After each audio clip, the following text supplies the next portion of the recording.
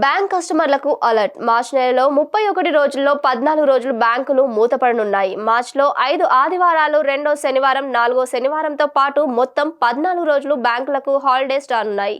ప్రతి ఒక్కరూ ఇప్పుడు ఆర్థిక లావాదేవీల నిర్వహణకు బ్యాంక్ ఖాతాలు నిర్వహిస్తున్నారు. ఇప్పుడంతా డిజిటల్ చెల్లింపులే జరుగుతున్నా కొన్ని సందర్భాల్లో ఖాతాదారులు బ్యాంకు శాఖలకు సంప్రదించడం తప్పనిసరి. ఈ పరిస్థితుల్లో మార్చిలో 31 రోజుల్లో 14 రోజులు బ్యాంకులకు సెలవు.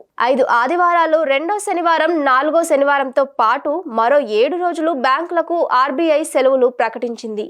నెగోషియబుల్ ఇన్స్ట్రుమెంట్స్ యాక్ట్ ప్రకారం మార్చ్ 1, 8, 22, 25, 26, 27, 29 తేదీల్లో బ్యాంకులకు సెలవులు. 3, 10, 17, 24, 31 తేదీల్లో 5 ఆదివారాలు, 9, 23 తేదీల్లో రెండో, నాలుగో శనివారాలు బ్యాంకులకు సెలవు దినాలు.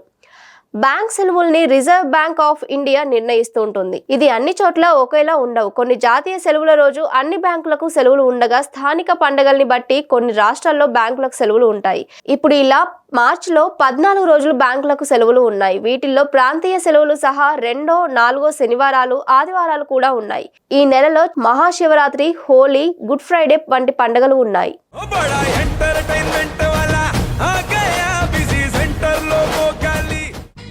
సక్కు సక్కేంద్ర సక్కు సక్కు బాయ్ బాయ్ బాయ్ బాయేంద్ర బార్కవ్ బాయ్ బాయ్. గిరాకి వచ్చే టైం ఏంది? కస్టమర్లు వస్తున్నాడు, రేటు కలిపి గురి.